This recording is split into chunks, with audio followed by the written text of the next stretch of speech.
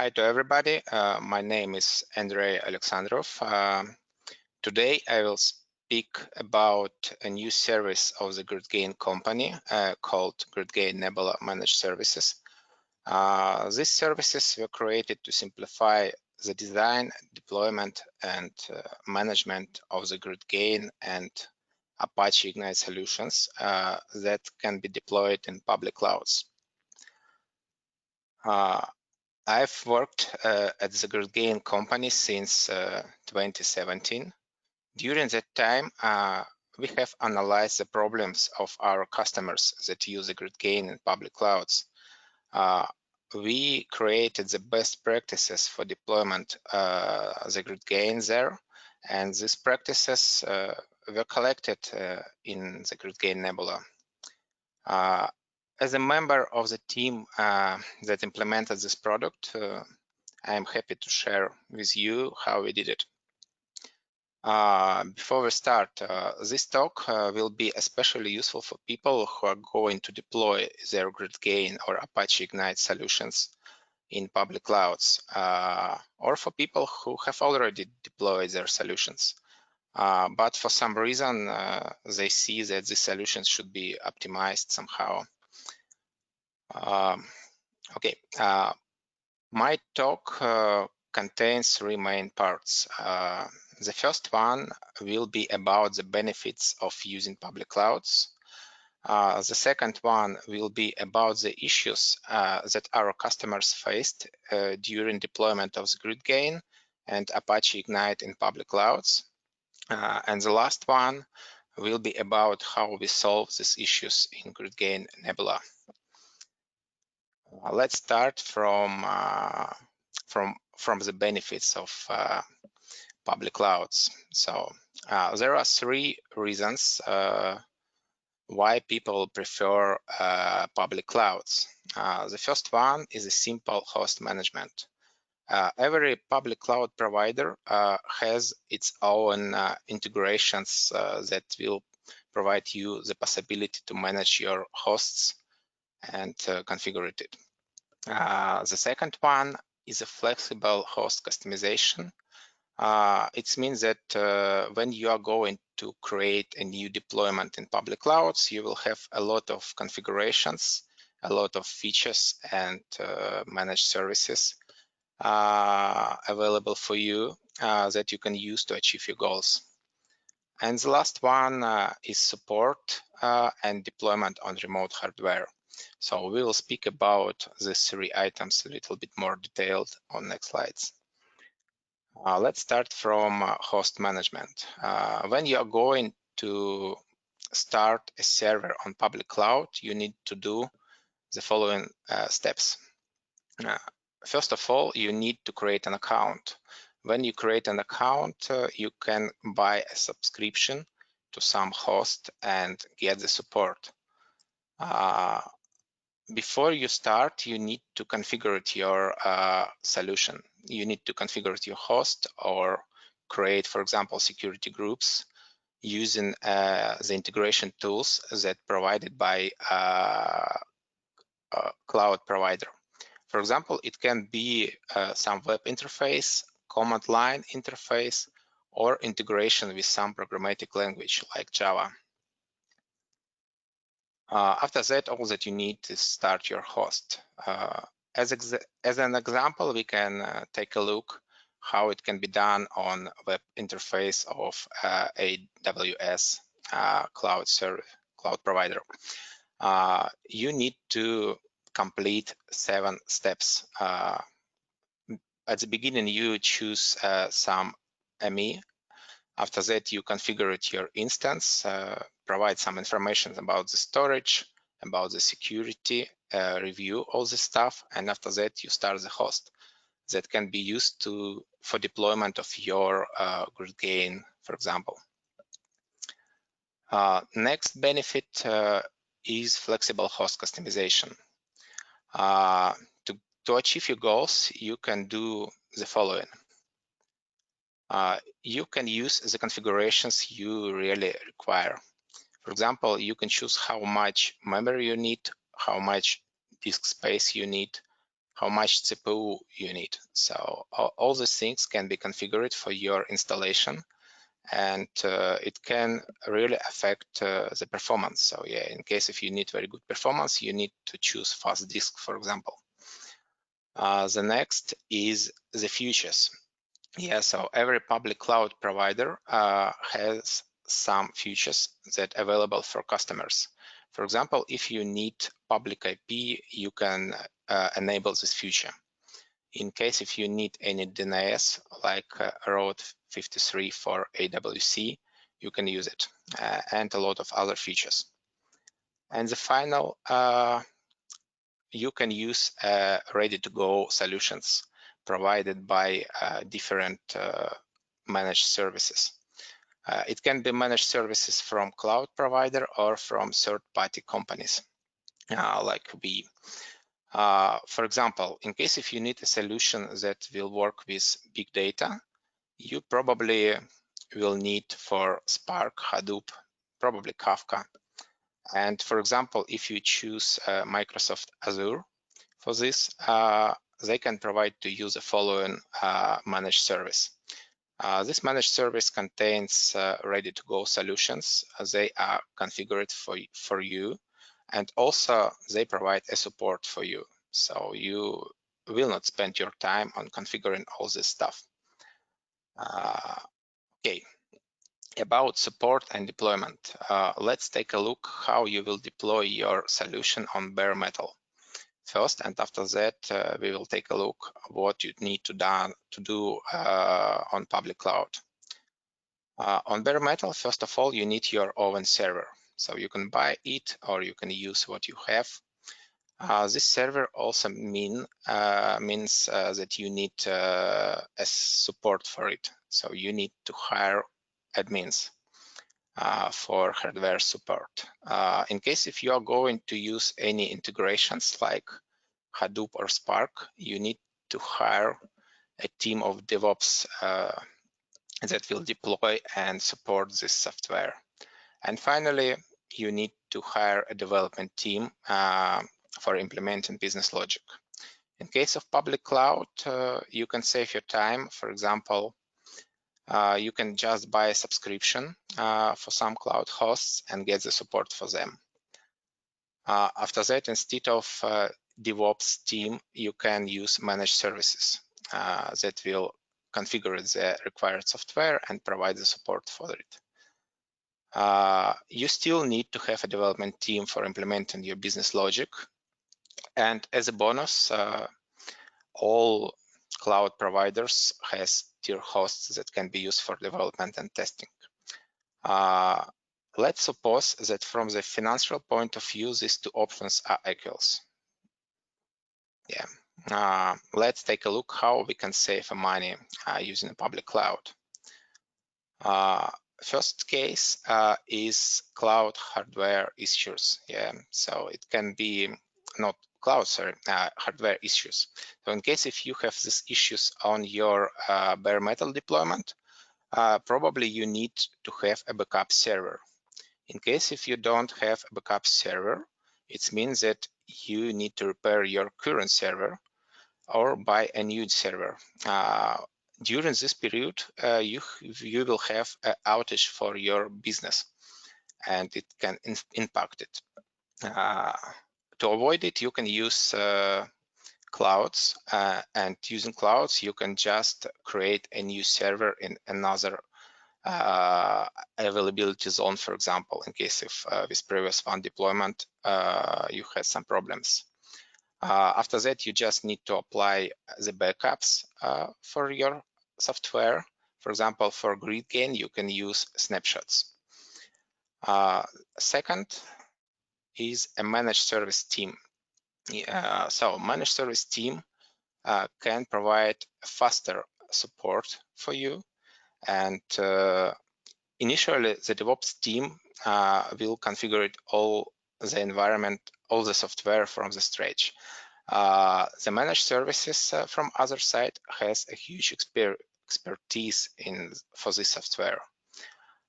They also know how to resolve the most of the issues, and during configuration, they will apply the best practices.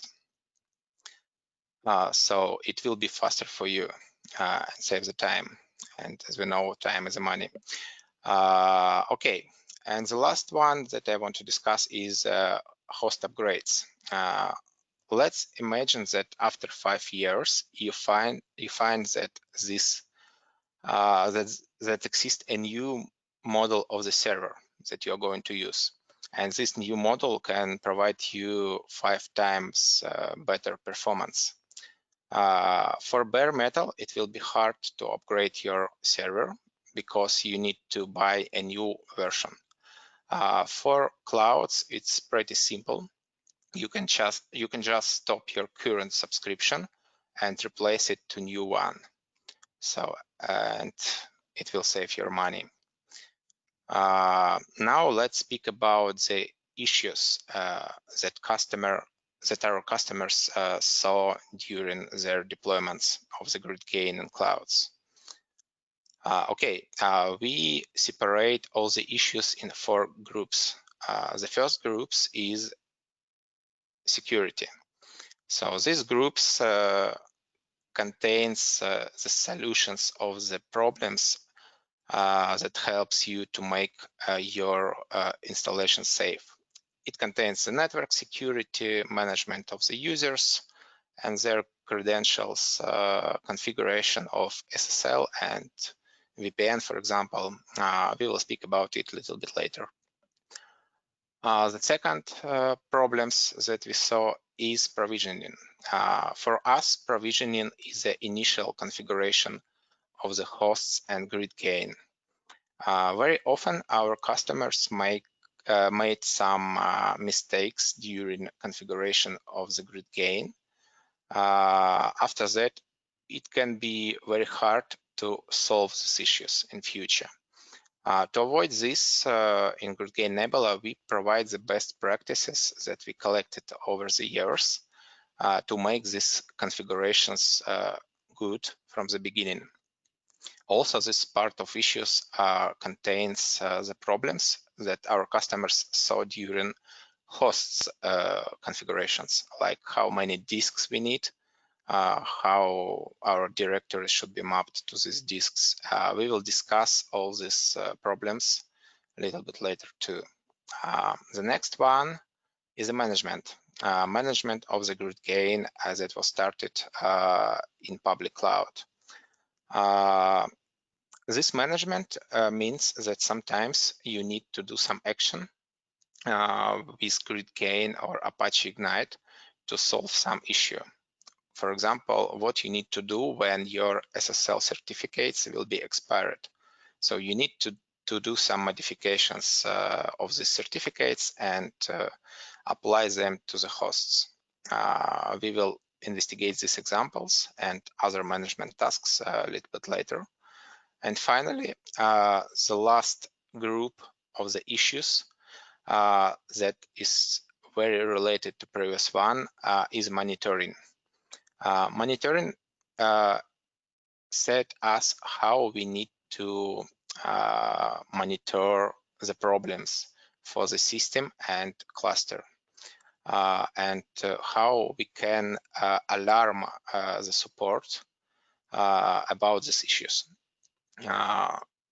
We use several monitoring tools located in our deployment in GridGain Nebula and configure them in a way that all these issues will be alarmed for us in case if they will happen. Okay, let's speak about security a little bit more detailed. So when you are going to implement security, you probably will think about any or all of these items. Yeah, probably you need to configure SSL, probably not. Probably you need some network security, probably not the same for user management. But in GridGain Nebula, we solve all these issues. So we have a solution how to implement it. And we will take a look about at our architecture a little bit later. Now let's investigate the example of bastion host configuration. Bastion host is the best practices for a single entry point to your system. So you need to log in this bastion host before you will log in to other networks. And how it can be implemented. So what you need to take into account if you will do this by your own. First of all, you need to have some security before logging to this bastion host. Probably you will use a VPN configuration before using SSH, probably not, but SSH is a standard for it, so you need to configure it, the SSH access to your bastion host in 100 persons cases. The next one that you need is configuration of your networks between bastion host and other networks. So when you successfully logged in the bastion host, you should be able to be logged in to other networks to make some operations, for example, with cluster. And finally, a lot of companies of our customers has some security standards requirements. Probably in your company, you also have them. In GroupGain Nebula, we have very flexible solution for security, so we can try to be compliant with your standards in case if it will be required from your side. And now, when we discuss all these things, we can take a look about how this implemented by default in GroupGain Nebula. On the screen, you can see two pictures. The big one is how our network works. So you can see that in GroupGain Nebula, we have 3 networks. One network will be used by bastion host. So we don't have any tools or GroupGain installations there. GroupGain support can be logged in to bastion host as it's shown on second picture. So before GroupGain support will be able to run SSH command, it should be logged in VPN. After that, it will use SSH to be logged in on server of the bastion host, and from the bastion host, it can be logged into other networks. 2 other networks are cluster network, where we have started hosts with GroupGain inside, and monitoring network, where we have a host with started monitoring tools. And as you see, we have some ports between monitoring and cluster. These ports require it for monitoring tools to be in contact with monitoring agents started on GroupGain hosts. Also, you can see that monitoring can send alarm messages outside the network, for example. It's pluggable. It can be sent some messages through the bastion via SSH to null, for example, or we can open some port to send it outside the system. It's up to customer. Okay, it's how our bastion host works. Let's now speak about provisioning. So before starting the GroupGain on public cloud host, you need to do some steps. It's not all the steps you need to do, but I try to collect the main ones. The first step is configuration of the host. So you need to choose how many memory, how many disks you need, and which type of disk it should be. Exist a lot of best practices how it should be configured for GroupGain, and we apply all these recommendations in our solutions. For example, exists a best practice for separating of the data and write-ahead log files on a separate disks. So in our solution, we have one disk for the data, one disk for write-ahead log files, and one disk for write-ahead log archive files. Also, we configured the memory required for solution of the customers and other configurations. When you prepare the configurations, you need to configure the network.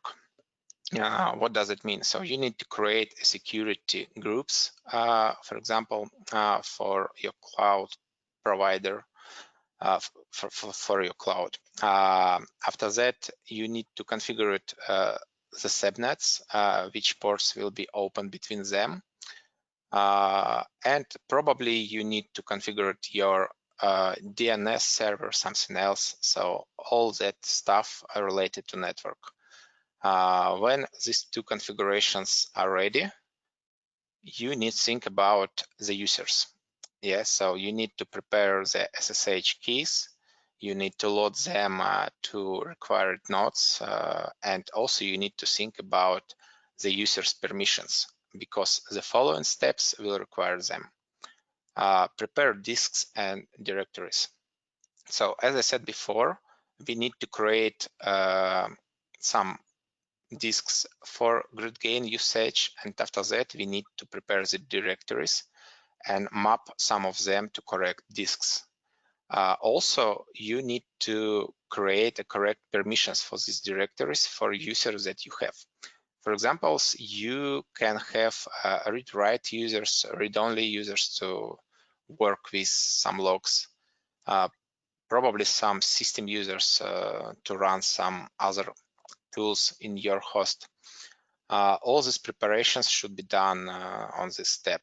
The next step is about installing of the required software and GridGain itself. So you need to install the agents for your monitoring, for example. Probably you will need to install some tools that you are going to use in your solution, and install the GridGain and prepare the configuration for GridGain. As I said, prepare the configuration and login and monitoring. So about login, so it's very important because you should be able to get the logs from GridGain and provide it to support team in case if you will see some problems. It's a normal process for us, but before getting logs, you need to understand that something goes wrong. So you need to configure your monitoring first. When these 6 steps will be ready, you can start your GridGain, and we can go to next step, GridGain management. Let's do this. GridGain management is a subset of actions that should be done during GridGain works. It can be related to some issues, it can be related to some updates, processes, etc. Let's take a look at some set of the examples we have. First of all, you should be able to start and stop your GridGain properly.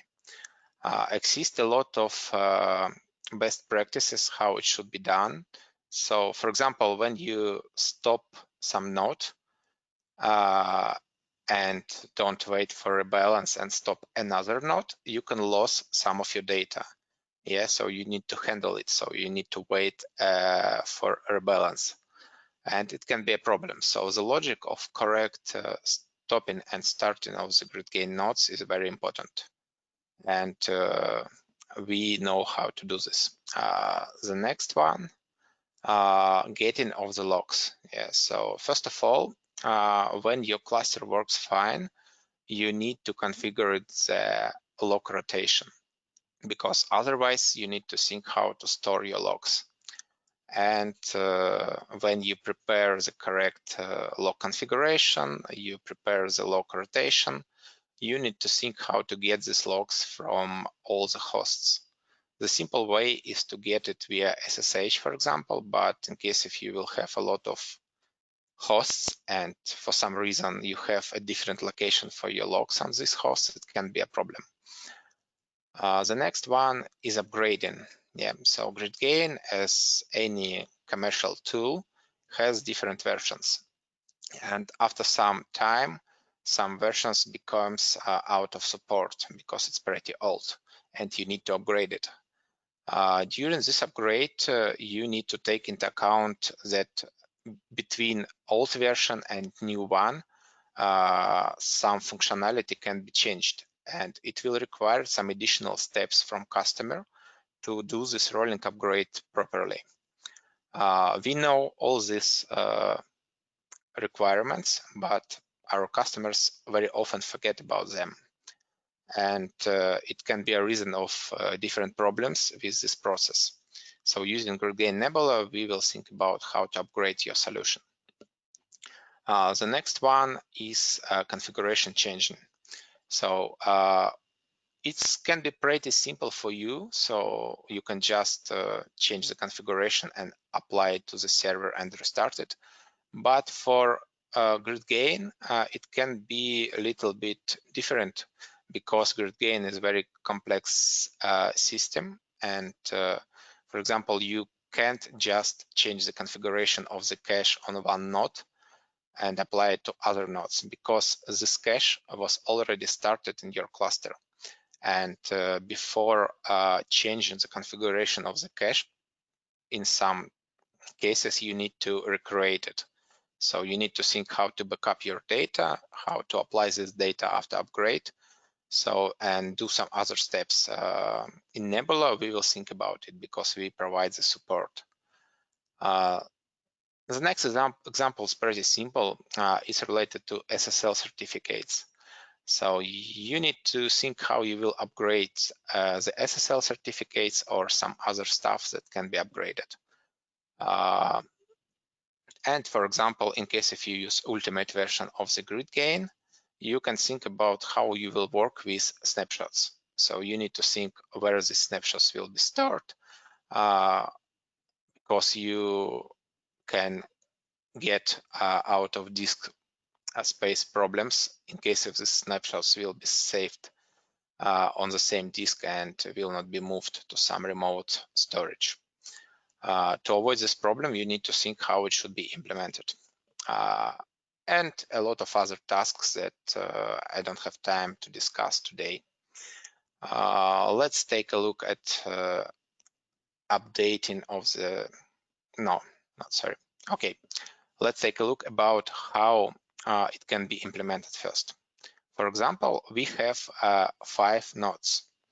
Yeah, five nodes that should be started on 5 hosts in some cloud. To start and configure them, you need to do the following. For example, you can use a Cloud Web Console or command line interface that will help you to configure the host and network security, also to configure all other features that you are going to use on your hosts. It should be done one time, and you can do this using integrations that were provided by cloud provider.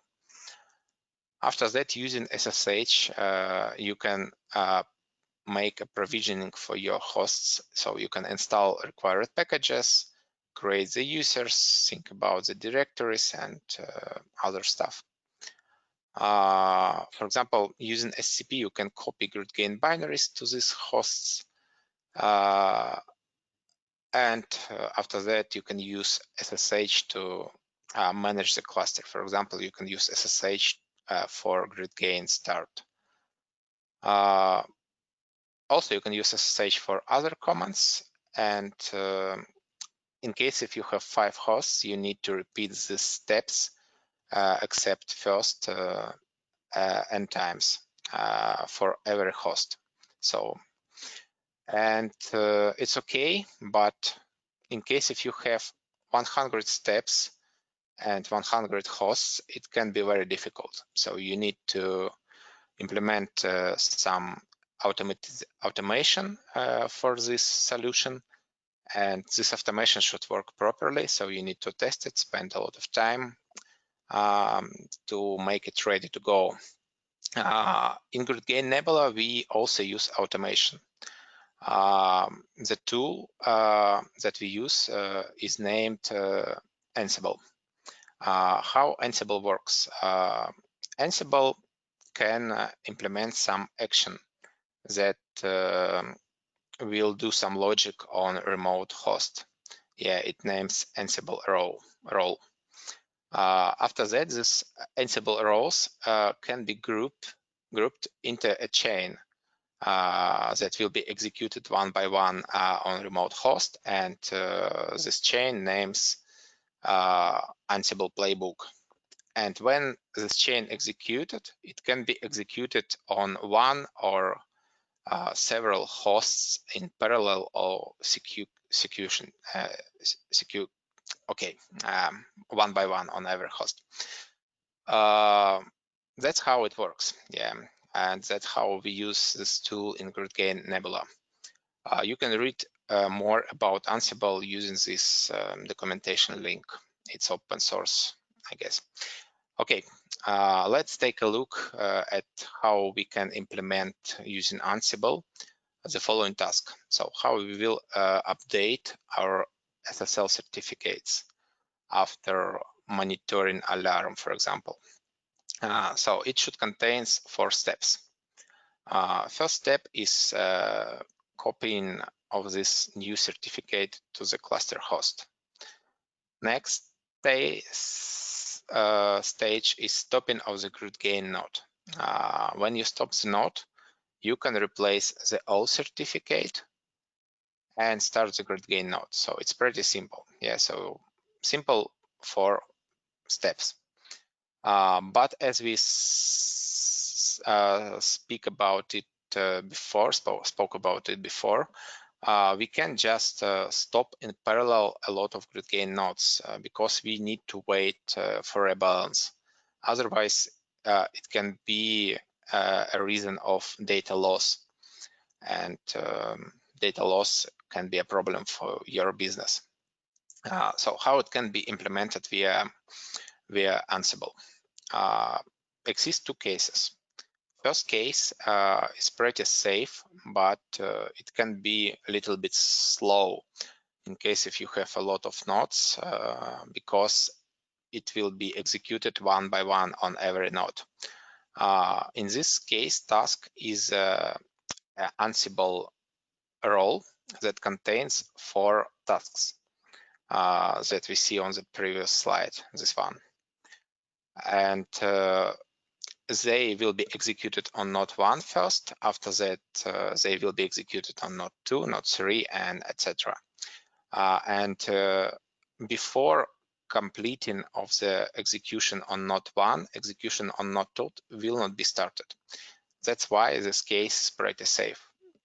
But as I said, in case if you have a lot of nodes, you probably will try to optimize this process. How it can be done? For example, you can broadcast this task on all nodes. Yeah, but as we discussed it before, it can be dangerous. But in GridGain, we think about this problem and we implemented the new property. This property is named GridGain Ignite Wait for backups and shutdown. So it means that your GridGain node on some of these hosts will not be stopped until we don't have backups for some data on other nodes. This can save you in this case, and such SQL certificate renewal automation can work faster than in case 1. Both of them we have in our solution, so we can use them as we want. Okay, and we will save your time, so you will not think about how to do this. For people who is interested in such live demo examples about how we did it in GridGain Nebula, we have a next webinar in January. So I will let you to make a copy of the screen in case if you are interested. On this webinar, we will discuss about how it works in more details. And also I will show you how we can start and provision the cluster and how our monitoring works. So you can read a little bit more using this link. According to the monitoring, yes, so in GridGain, we use two kinds of monitoring. First is cluster monitoring, and second one is the system monitoring. When we speak about cluster monitoring, the best solutions we have in GridGain is Control Center. You can read about this a little bit more using this link. For system monitoring, we use Zabbix. It's our default option, but it's pluggable, and we can use another options in case if customers for some reason can't use Zabbix. Zabbix server will be started on monitoring hosts. On other nodes, we will start a Zabbix agent. Zabbix agent will collect the information about the system and will send it over the open ports to Zabbix server. And on Zabbix server, we have configured the notifications that can be sent to support team in case of any problems. Let's take a look about examples what can be monitored using these tools. When we say about system, it all will be related to hosts, the whole host. The first what we are checking is free memory. Also, we check a free disk space. We made some operation system audit. What does it mean? We check the actions that were done by our GridGain support guys and customers, and logged it to some file, and after that we can analyze how it works, so which actions were done by different people, and it can help us to understand some reasons for some issues, for example. The next one, expiration of the SSL certificates, as we discussed before, and different network issues. For example, in case if web agent of the Zabbix can't connect to other node in the same network, it will alarm about it to Zabbix server. When we speak about cluster monitoring, so we will speak about a Java process of the GridGain. So we will analyze how many free heap memory we have, how much CPU usage right now. Also, we can check a long-running queries that were started in cluster. In case if we see that some query executed for a long time, we can try to investigate the reason of this. Probably this query is not optimized, or some other processes can make this query hanging. In case if some problems will be with transactions, we also have a transaction tracing functionality on Control Center that can help us to understand what is the current state of some transactions. For example, if we will see very long transactions, probably it should be investigated in our customer logic, and we will ask him to do this or provide the information about this to us. The next one is zero balance tracking. So when you restart the servers, as I said, you need to track zero balance before starting of the next node. And the final is retrieving the information about the data. For example, in case if customer asks us to check some data, we can use a security account created for this in our cluster and check, for example, how many tries we have in some cache. In case if this number is not expected, then we can try to investigate the logs and understand what happens with this data, why it's not as it was expected by customer. Okay, at the end, I want to discuss what is GridGain Nebula managed services for our customers right now. First of all, this product contains the best practices that we collected over the years. As I described some of the examples of these best practices that we applied to the GridGain or Apache Ignite configurations.